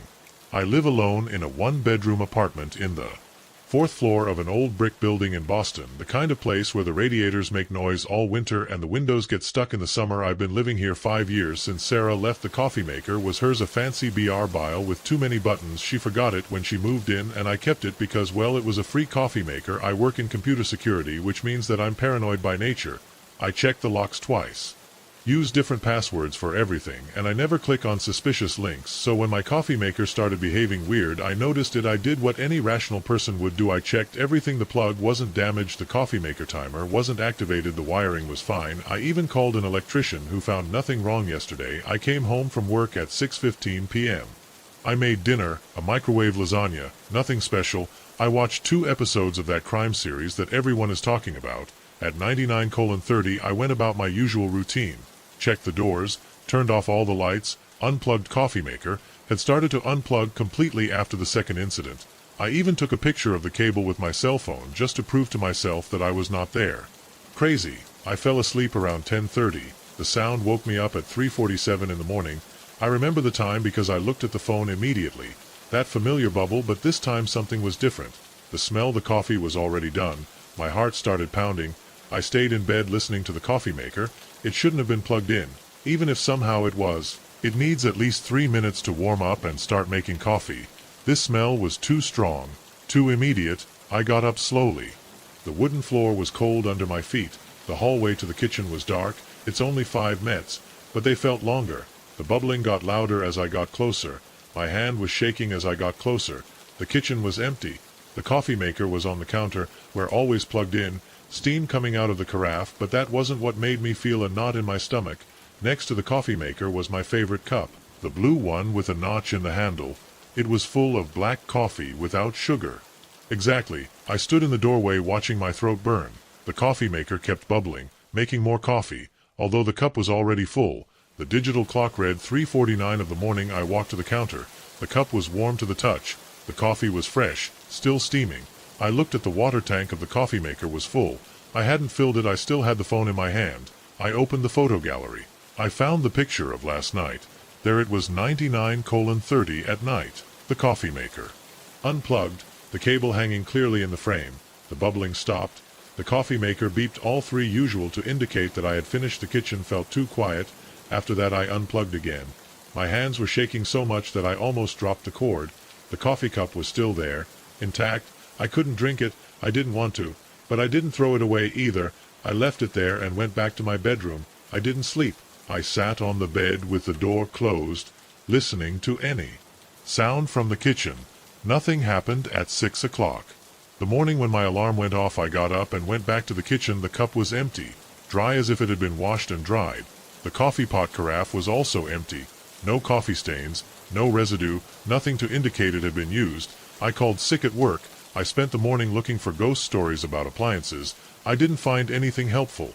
I called the building manager to ask if anyone else had reported strange things. He said he didn't look at me like I was crazy when I tried to explain. Around noon I went to Best Bu and bought a security camera, one of those wireless ones that connect to the cell phone. I installed it in the kitchen pointing directly at the coffee maker. I wanted tests. The rest of the day passed slowly. I ordered takeout at dinner. I didn't want to spend time in the kitchen. I checked the camera feed every few minutes. The coffee maker didn't move. It was just there, unplugged at 99:30 at night. I went on with my usual routine. Checked the locks, turned off the lights, unplugged coffee maker, took another photo. The security camera was working, its little red light flashing constantly. I didn't go to bed. I sat in the living room in the dark, watching the live feed from my cell phone. The hours passed. Nothing happened to that. From 2 in the morning, my eyes started to close. At 3:47 in the morning, the transmission went black. I sat up, suddenly wide awake. The app said the camera was still connected, but the screen showed total darkness. I could hear the bubbling starting in the kitchen. My legs, they felt like lead. When I stood up, the bubbling was louder this time, or maybe it looked like it because of the absolute silence of the apartment. I walked to the threshold of the kitchen. The coffee maker was working. Steam was coming up. My blue cup was on the side, empty, waiting. The security camera was still there. The red light kept flashing, but on my cell phone the transmission was still black. I saw how the coffee began to pour into the pitcher, black falling, filling the glass container. The aroma of fresh coffee filled the kitchen, strong, rich, exactly like Sarah used to do it. Sarah, a thought hit me so hard that I had to hold on to the doorframe. Sarah had always programmed the coffee maker to start at 3:45 in the morning. She left for work at 4:30. She needed her coffee. As soon as she got up, I had forgotten about it. I had been trying to forget everything about her. The coffee maker beeped 3 times. The carafe was full. I saw how the coffee began to pour in my cup, but no one was holding the jug. Stood up by itself, leaned at the angle exactly, filled the cup to exactly an inch from the rim, just like Sarah used to do. My legs gave me sliding down the doorframe until I sat on the floor. The jug was put back on the base with a soft clink. Sarah, my voice broke. No response, just the soft hum of the hot base. I took out my cell phone with shaking hands. I opened my contacts. His number was still there. I had never been able to delete it. I called him before I regretted it. 1 tone, 2, 3 hello. His sleepy voice. You know what time it is. Sarah, I swallow the coffee maker. Saliva. Your old coffee maker. Silence on the other side. And then, John, is you? Yes. I looked at the cup of coffee on the counter, still steaming. Your coffee maker is making coffee at 3:47 in the morning every a few days, like he did with you. More silence. Then sighed John, you're drinking again. Number, I'm not sober since you left. I swear this is really happening. The coffee maker is like it's waiting for you. John, his voice now softer. I'm in Seattle. I moved 3 years ago. I'm married. You know. I know my voice sounded small, I know, but the coffee maker got rid of it. Said throw it away, buy a new one, or don't. You never liked coffee very much anyway. Yes, I kept looking at the cup. Yes. Maybe you're right. Take care of yourself. John hung up. I sat on the kitchen floor until dawn. The coffee cooled. The coffee maker remained silent. When dawn finally dawned, I finally got up, unplugged, put it in a box, drove to the Goodwill donation center. As soon as they opened, I handed over the box. I didn't explain anything to the teenager who received it that I was going to say beware. Make ghost coffee at 3:47 in the morning. On the way back, I stopped at Starbucks, ordered a black coffee, sat in the car and drank it slowly, watching people go by, living their normal lives in which coffee makers don't turn on by themselves and brew perfect cups in the middle of the night.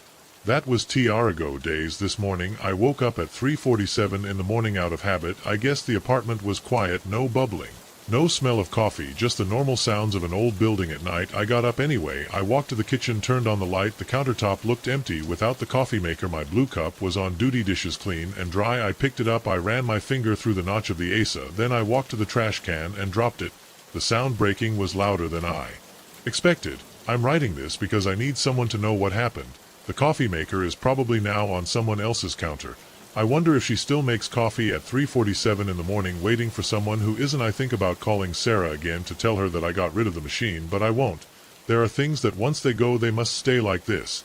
Tomorrow I'm going to buy a new coffee maker. A simple one with just a switch, and I'm going to program it for 8 in the morning. Like a normal person. But part of me knows that I'll still wake up at 3:47 in the morning listening to that bubbling sound. The first time I noticed something strange in the level B3 of the parking lot. I checked the maintenance log 3 times. The blue Honda Civic had left at 6:15 in the afternoon. I saw the driver pass his ticket through the reader, the barrier, go up and the car drive away. But at 11:45 at night, there it was again. Exactly in the place, B317, same license plate, same bump on the rear bumper, same entrance ticket on the dashboard marking 2:30 in the. I've been working as a security guard in the underground parking lot of the Riverside Plaza for 6 years. 3 levels underground, 100 spaces, and only me on the night shift from 6 p.m. to 6 a.m. I know every corner, every flashing light, every oil stain on the concrete, and I know when something isn't right. My name is Mike Harrison. I'm 47 years old. I'm divorced and I actually like to work alone. The salary is decent and most nights I just make my rounds, keep an eye on the cameras and make sure no one tries to steal a car. But that Honda Civic was just the beginning. The next day I reported to the day shift, "Hey Tom, you saw a blue Civic Wave return during your shift. License plate KRJ 4891 negative," replied Tom. "Once they get out, they don't come back in. You know, Mike, I checked the recordings at 6:15 in the afternoon. There was the Civic coming out very clear, but between that moment and 11:40 at night nothing appeared. The car simply reappeared. I wrote it down in my record and tried to forget it. I told myself that I was tired. The 12-hour shifts can play tricks on you. A week later another car happened again.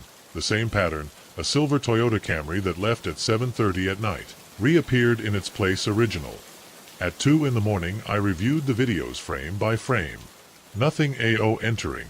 No driver walking through the building. It just materialized between the sweep of a camera and the next. It was then that I began to notice the shadows. The parking lot has lights with motion sensors that dimmed when there was no one there. During my 3 o'clock in the morning round on level B2, I saw a shadow dark sliding down the west wall. It wasn't projected by any visible object. It moved as if someone was walking, but there was no one. No car coming in, no engine noise. Nothing that could create that shadow. The echo of my boots echoed off the concrete as I approached. The shadow stopped me too. Then it backed up to the corner. I followed it with my hand on the flashlight. When I turned the corner, it was gone.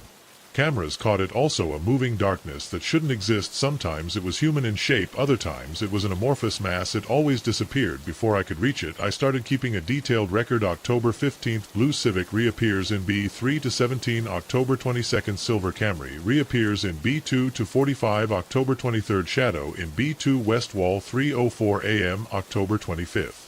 Ford F-150 red reappears in B3 to 12:32. October 26th, 2 shadows moving near the emergency exit in B3 at 17 a.m. October 28th, black BMW reappears in B3 GU 278. October 29th, figure by the elevator in B1 4:45 a.m. The cars that reappeared disappeared before the morning shift. The shadows only manifested after midnight. I thought about quitting. Who would believe me? But I needed the job that night. Everything changed. I was in the security office watching the cameras around 1 in the morning when I heard the first rumble. It came from level B3. It sounded like they dropped a steel beam. Boom. The concrete roof vibrated. Dust fell on my desk. Boom boom. Heavy footsteps. Like something gigantic going up from the lowest level. I took the radio. "Here Harrison, someone copies me." Silence, only static. The phones didn't work either. Boom boom boom. The footsteps were getting closer. The camera system started flashing. I grabbed the flashlight and stepped out into the stairwell. The footsteps stopped. The silence, it felt worse than the noise. "Security," I screamed. "Identify yourself." My voice bounced off the walls as soon as I started down the stairs to B1. The flashlight illuminated something moving on the wall. Another shadow bigger than all the previous ones. It stretched from floor to ceiling. It was distorted and unnatural. The temperature dropped suddenly. I could see my breath. Boom. A single step right below me. Should have gone back to the office, called the police, waiting for reinforcements. But 6 years in this job and I had never heard of you. I kept going down. I got to be too empty. The sensor lights came on slowly. Upon detecting my movement, buzzing in their ignition, everything seemed normal except for absolute silence. No sound of engines, not the typical drip of a leak in some pipe, not even the hum of the ventilation system. I took another step towards the stairs to B3. The air became denser, colder. The sweat on my forehead froze on contact with the environment.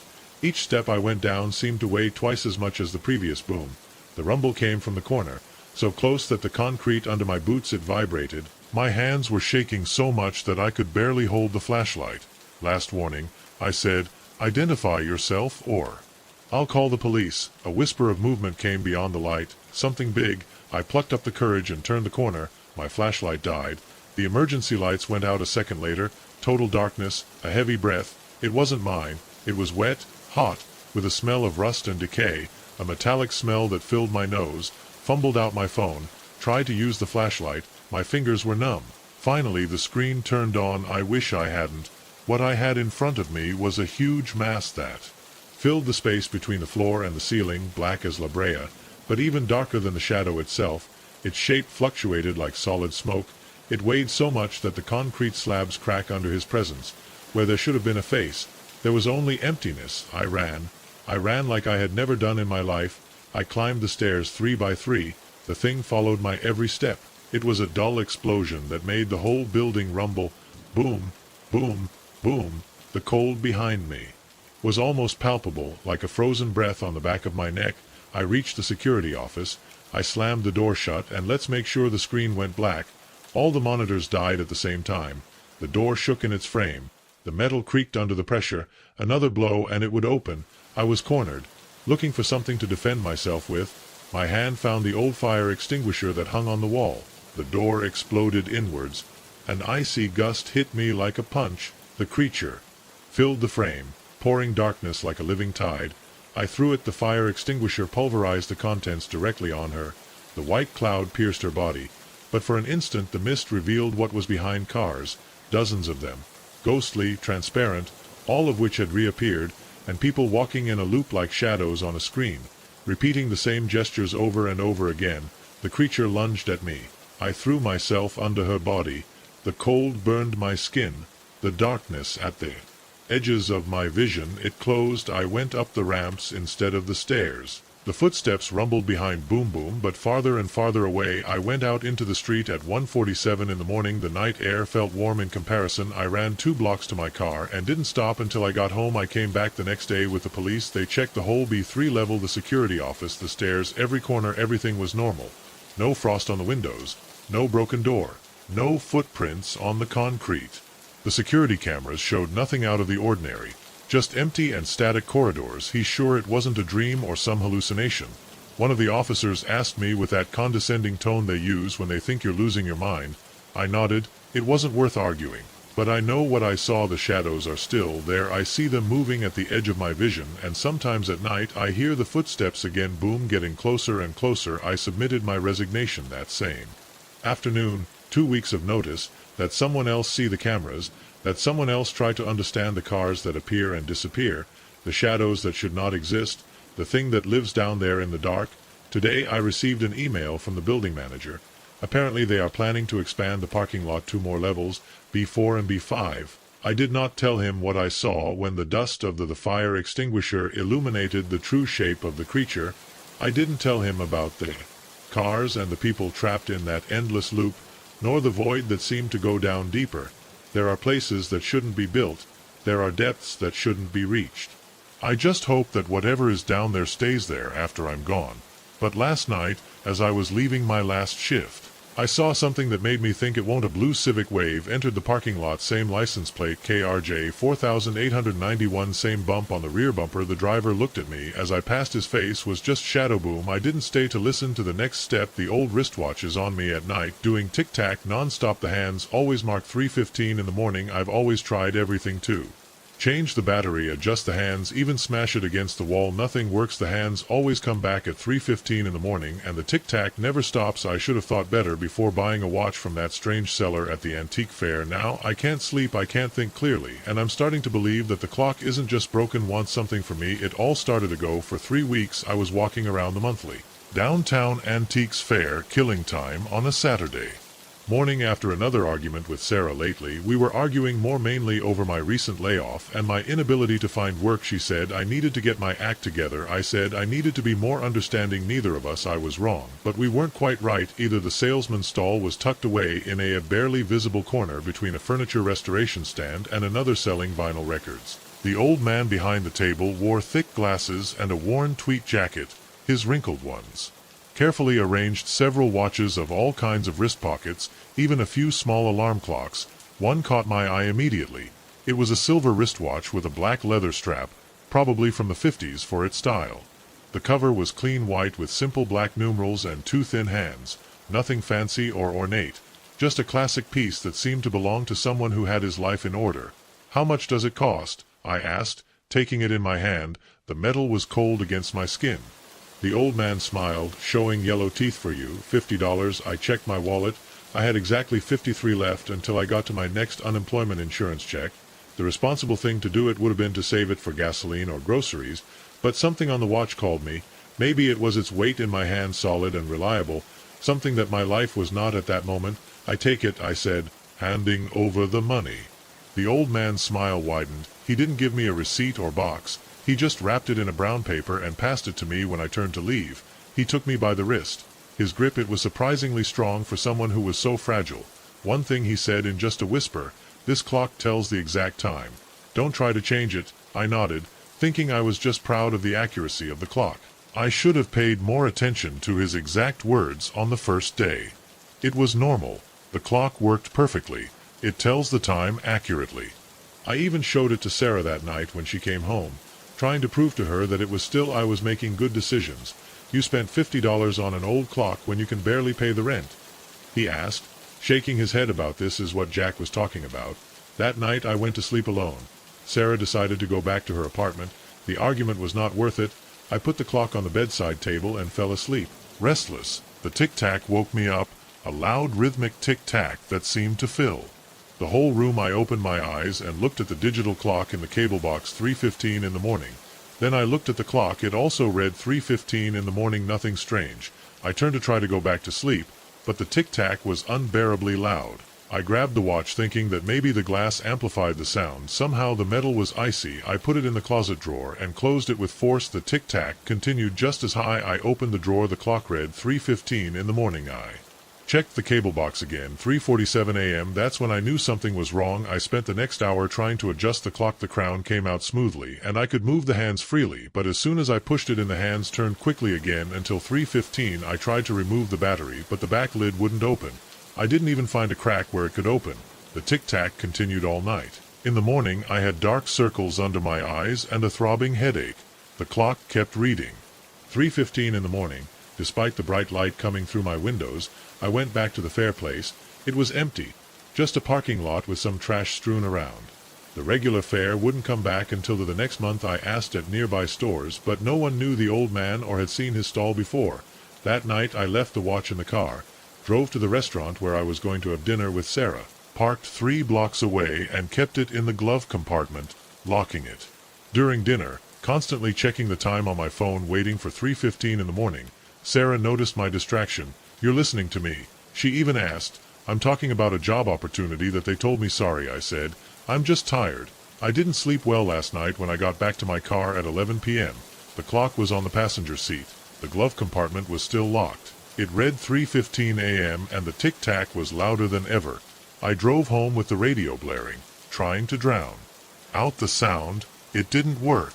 The tic-tac was going through every song, every ad, as if coming from inside my head. I noticed for the first time the blue 1967 Chevrolet Inola TR weeks ago was parked right in front of my driveway, its faded paint catching the orange glow of the sunset. I didn't give it a big deal, so old cars break down all the time in this neighborhood, but when I saw it again the next day and the next, always in the same place but at different times, something cold settled in my stomach. The routine was always the same. I would come home after work. I would take my briefcase from the passengers, and there was that damn Impala, his chrome bumper reflecting the light like a crooked smile. Sometimes he would appear at 5:30 in the afternoon when he would get home, sometimes at 7 in the afternoon when I would take out the trash. Once I saw him at 3 in the morning when I couldn't sleep and I went outside to check the mailbox. My neighbor Jerry didn't notice anything unusual. "It's probably from someone who visits his family around here," he said when I asked him.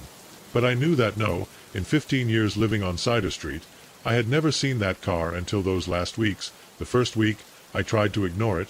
I focused on work, on paying bills and the leak from the kitchen sink that needed repaired, but my eyes kept wandering to the window, checking to see if it was still there. Sometimes it would disappear for hours, only to come back when I least expected it. During the second week I started taking notes. Monday arrived at 6:15 p.m., left at 9:20 p.m. Tuesday appeared at 4:45 p.m., left before dinner. Wednesday 3 separate apparitions, tomorrow afternoon and night. The pattern didn't make sense, but I knew it wasn't random.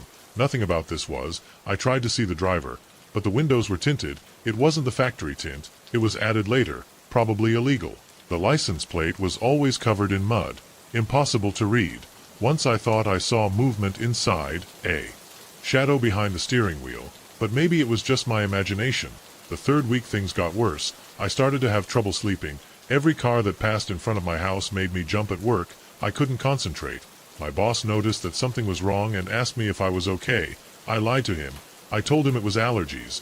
Yesterday something changed. The car arrived earlier than usual, around 4:30 in the afternoon. I watched it from the living room window for 2 hours without movement, without signs of life, just that blue Impala sitting there like a bullet expecting to be shot at 6:40 in the afternoon. I made a decision: if whoever was in that car wanted to observe me, perfect, but now I was also going to observe. I grabbed my phone, already dialed 911. Just in case, and walked out the front door. The street was too quiet. There were no children playing or dogs barking. Even the usual afternoon traffic seemed to have disappeared. My footsteps echoed on the concrete as I approached the Impala 20 feet 1510. Then I heard the engine coming on. A deep roar that vibrated in my chest. The headlights came on CND momentarily. When my vision came back, the car was already moving. The tires creaked on the gravel as it pulled away from the curb. I ran after it. But it was useless. The Impala accelerated smoothly, turned the corner at the end of the street, and it disappeared. I stood in the middle of the road, my heart pounding, sweat running down my back, despite the fresh air. On the way home I noticed something on the ground right where the car had been parked. A perfectly white envelope, lit, despite being on the street.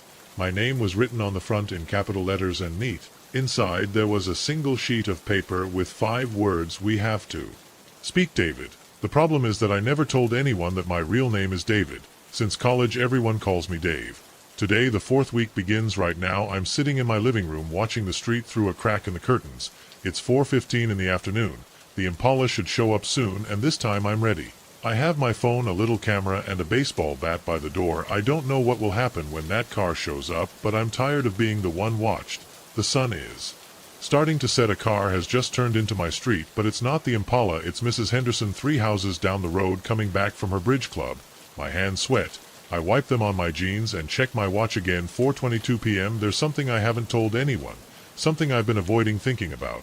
3 weeks ago, the day before the Impala first appeared, I received a strange email at work. It contained a series of numbers that looked like coordinates, and 1 hour 5 p.m. I deleted it thinking it was spam. Now I'm not so sure. For 30 p.m. still not. There's car signs. The street is empty, except for a stray cat snooping in someone's trash. My phone vibrates. A text message from an unknown number. Come on, I consider calling the police. But what would I tell them? What's harassing me? An old Chevy. Someone knows my real name. They'd probably think I'm paranoid. Or 4:45 in the afternoon. The light is different. Today the clouds have gathered thick and grays, making the street look like an old photograph. I hear thunder in the distance, a perfect setting for whatever is about to happen. A movement at the end of the street catches my attention, a blue flash in my peripheral vision. I turn my head so fast that my neck creaks. There is the Impala, advances down my street like a shark in dark water. This time there is no engine noise. Must being in neutral, stops in its usual spot right in front of my driveway. The engine shuts down. Silence. I grab the baseball bat. And my phone. My heart seems to want to come out of my chest. This is all. No more waiting. No more watching. I'm going to find out what this is all about. The driver's door opens with a screech that sounds like a scream in the silent street. A shoe foot appears, black sock, then a leg, dark pants. I squeeze the bat tighter. A short man is tall, wears a black suit that looks expensive. His hair is gray at the temples. He turns towards my house and almost drops the bat from my hands. I know that face is my mother. My father, who died 15 years ago, smiles the same smile I remember from my childhood and raises his hand in a little greeting. Hi, David shouts. We have to talk about what really happened that night. I know what night you are referring to. The night of the accident, the night I was driving, the night I left it there. My hands tremble as I take the doorknob. The truth that I've been running from for 15 years awaits me on the street next to a blue 1967 Chevrolet Impala, the same model I was driving tonight. I'm writing this with shaking hands. I need to put on record what happened last night at Jake's farm. While I still have it fresh in my memory, I've known Jake since college. He's always been the reliable friend who offers his couch, no questions asked, when life gets tough. Yesterday morning I called him. I told him I needed to get out of town for a few days. After that, Sarah left without hesitation. Replied the guest room, "It's all yours, Rob. The trip here will do you good. Just take care of the storm they're forecasting." I should have paid more attention to that last part. The rain started an hour after I left town. As I made my way down the country road to his property in Pennsylvania, it intensified to a deluge. The wind was shaking the trees. Branches were pounding my car like fingers ripping a chalkboard. Jake's house, a farm built by his grandfather in the 60s, was isolated in the middle of 20 acres. The nearest neighbor lived over half a mile away. Jake greeted me with a beer in his hand just in time. "The weather is only going to get worse," he said, patting him of anything. Normal conversations. Half the pizza was gone when the first lightning lit up the kitchen. The thunder that followed made the window panes vibrate. "That was close," Jake commented and got up to look outside. "We will probably lose power. I have flashlights and candles ready," and he was right. 10 minutes later, in the middle of a sentence, everything went out. A total silence. No buzzing of the refrigerator, no lights, just the pounding of the rain and the howling of the wind. For a second, Jake said, I heard his footsteps in the dark, then the snap of a match. A small flame lit up his face as he lit some candles on the counter. "The generator is useless, but we have enough batteries for phones," he said, as if it were timed. My cell phone vibrated. I took it out, waiting for a weather alert. But it was a message from an unknown number. "The man in the kitchen is wearing a red flannel shirt." I looked at Jake. He was wearing a red and black flannel shirt. My stomach tightened. "All right?" he asked, noticing my expression. "Yes." Only another message came, holding a half-empty beer bottle in his right hand. Jake indeed had the bottle in his right hand. "Someone is playing." I showed the messages. He frowned as he read them. "How weird, will be a wrong number." I wrote back, "Who are you?" Silence. We moved to the living room. Jake had already on more candles. The storm was rushing against the windows as if I wanted to get in. I sat on the brown leather couch. Jake settled into the couch by the window. My cell phone vibrated again. The couch is brown leather. He's sitting on the left. He's on the couch by the window. The cold ran down my back. I stood up. "They keep coming." I told him. "They're describing exactly where we are, what we do." Jake was to the window, the curtain pulling back a little. The glass was like a black mirror reflecting the candlelight. "Someone must be watching us." His voice lowered a tone, but how in this weather? My cell phone vibrated again. "He's at the window. Tell him to move away." "Jake," I said, "get out of the window." He turned around confused. A second later, a huge branch went through the glass. It exploded in 1,000 pieces. The wind and the rain burst in. The candles went out. Jake backed off in time. "Help me cover this." We spent 15 minutes fighting the wind to put a plastic on the hole. The water dripped to the ground. The tarp inflated like a candle in the wind. We lit a flashlight. My cell phone vibrated. The branch dodged it. But luck runs out. "We have to call the police." I said. There was no signal.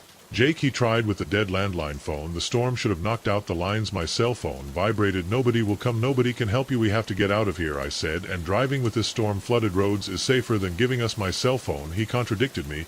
"He is wrong. You are not sure." I showed it to him. His face lost color. "This is no longer a joke," he said quietly. "Let's think all the doors are closed." I asked. "Yes, we are going to check." We went around the house. Everything was closed except for the broken window on the second floor. While I checked the bedrooms, I received another message. "Check the closet in the guest room." Jake, I called. "Come here." He was in the bathroom. We met in front of the closet in my room. The door closed. "Do you want me to do it?" I asked. I shook my head. It was my room. I had to do it. 3 steps. Cold handle. I counted until 3. I slammed open. Empty. Only hangers and some boxes.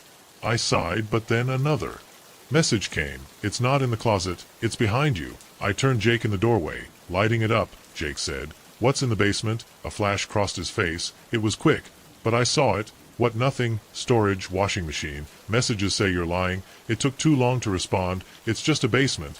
"Come on, Rob. This is already too much." My cell phone vibrated several times. "He shows this. We know what you did down there." I showed him the screen. Jake turned pale. "We have to go," he said. "Already? What did you do in the basement?" "Jake, Rob, trust me. Let's go in the car. I'll explain." My cell phone. "Don't let me take you to the car." Another one won't explain anything. Another one runs. I let go of his hand. "What did you do in the basement?" He moved forward. I pushed him. The flashlight fell, rolled down the ground. My cell phone lit my way. I ran down the stairs. Another message. "The door is closed. Run to the kitchen. The knife drawer." I ran. I opened it. I grabbed a long one. Rob screamed.